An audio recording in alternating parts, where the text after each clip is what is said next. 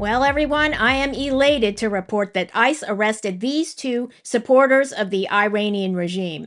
Hamideh Soleimani Afshar, age 47, and her daughter, Serena Sadat Hosseini, age 25. They are the niece and grandniece of Qasem Soleimani. Okay, we recognize this individual. He was chief of the elite Quds force of the Iranian Revolutionary Guard Corps, the IRGC. Now, he was killed by the United States on January 3rd, 2020, in Baghdad.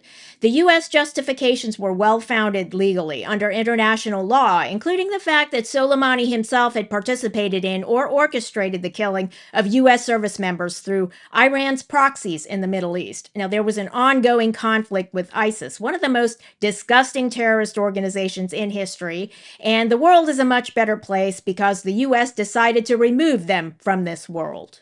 Now, the Iranian regime loves social media. They love it. Now, during the time of Soleimani in 2018, President Trump got into it.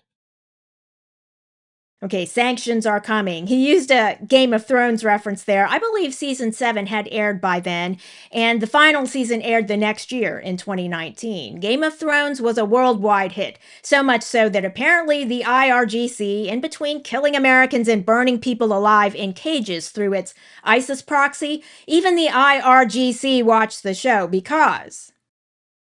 Okay, Soleimani says here, "I will stand against you." Now, I have to admit, I don't really get that. "I will stand against you." Did someone say that on Game of Thrones? Now, I get the image, though. It's a Game of Thrones inspired image. Wintry, he's pictured there like one of the White Walkers or the Army of the Dead. Or it could be a reference to Ned Stark, although that's not a great reference since Ned Stark was killed in season 1. But this could be Soleimani acknowledging he knew he would be killed. Maybe so. Now, Iran's constitution says that the supreme leader is a substitute leader who will rule until the return of the 12th imam, who disappeared in the 9th century, the first disappearance. Then the 10th century, that was the major disappearance, but he will return, allegedly, and Israel must be destroyed before he returns. Soleimani was willing to die for his belief, and he did. In any event, let me go off track here a bit. Let's go back to Game of Thrones now. Here's HBO. Now, they got into it a bit. How do you say trademark misuse in Dothraki? I guess they're talking to both President Trump and Soleimani there. Now, here's Maisie Williams. She played Arya Stark. She's referencing President Trump. She says, "Not today." Okay.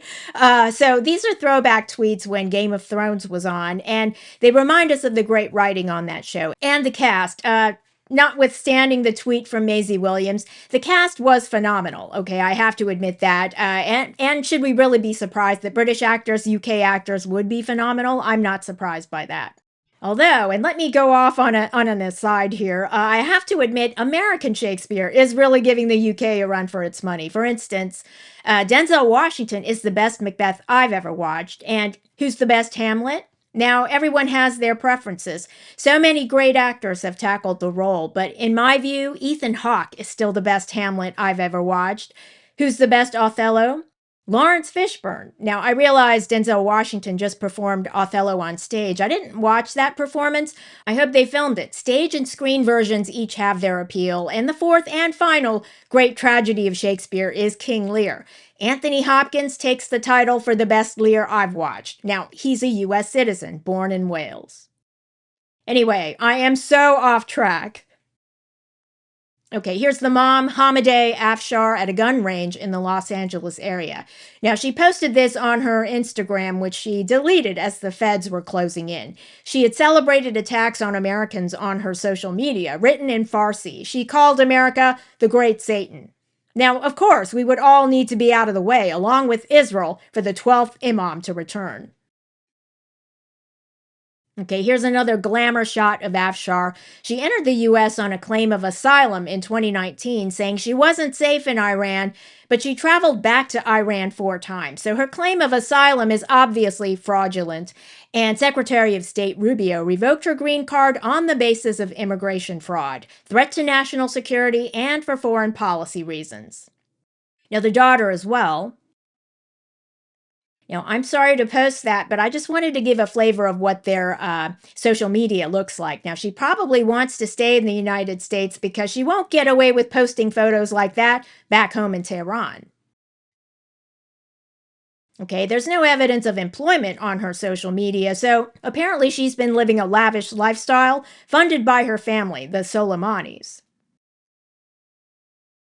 Okay, they both should be deported because of their direct connection to the Iranian regime. Now, the daughter entered the US on a student visa in 2015. Now, she got her green card in 2023 under the Biden administration. If I had to guess, there could be a lack of candor on her green card application if she, for example, didn't disclose her ties to the regime and support for the regime.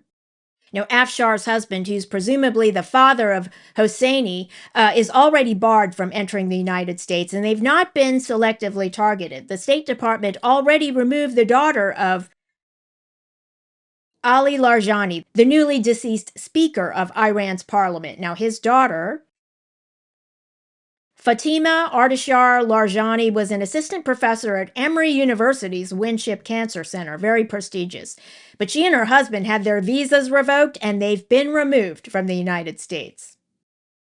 So, if the grandniece of Soleimani wants to challenge her removal, she could be another Mahmoud Khalil.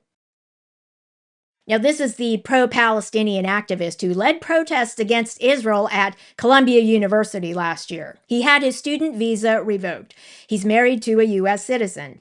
Now, he also became a cause celeb because he alleged he was selectively targeted for exercising his First Amendment rights. Well, the United States showed he lied on his green card application. Now, his legal case is currently at the U.S. Court of Appeals for the Third Circuit. A judicial panel just ruled against him on a challenge to an order of removal.